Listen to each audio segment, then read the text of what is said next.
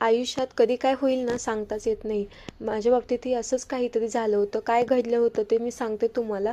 तर सकाळची सुरुवात माझी खूप छान झाली होती. मस्तपैकी गवारीची भाजी, चपाती केली, ह्यांचा टिफिन भरला आणि त्यांना तो दिला. आणि हे दोघेजण खाली गेले, क्रिशा आणि क्रिशाचे पप्पा, आणि दोघांनी गाडीवरून चक्कर मारली. क्रिशा काही पप्पाला गाडीवरून चक्कर मारल्याशिवाय काही जाऊ देत नाही.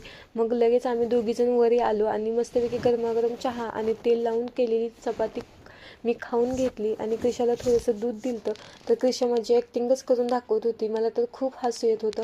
मग म्हणलं चला आता हिने खेळते तोपर्यंत किचन आवरून घ्यावं, पण क्रिशा माझ्या आधीच किचनमध्ये पोहोचली. म्हणलं चला आता तिला काहीतरी खेळणी देते म्हणजे ती खेळत बसेल. पण ती खेळणी न खेळता माझ्या एक ट्रायपॉडशीच खेळत होती आणि मला देतच नव्हती.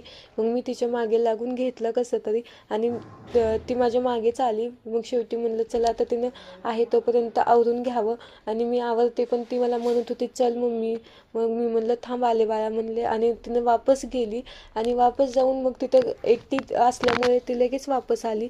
का तर लहान मुलं एकटं बसतच नाहीत शक्यतो. आणि मग तिनं आल्यानंतर खूप जोरात पडली.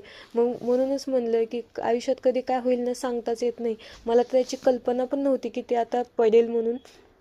आणि खूप जोरात लागलं तिला. मग ती रडत असल्यामुळे मी तिला खाली घेऊन शांत केलं. आणि नंतर ती उतरायलाच तयार नव्हती. मग मी तिला घेऊनच किचन वगैरे क्लीन करत होते. आणि मला परत मग व्हिडिओ करायची इच्छाच नाही झाली, म्हणून मग मी तेच व्हिडिओचा एंड केला.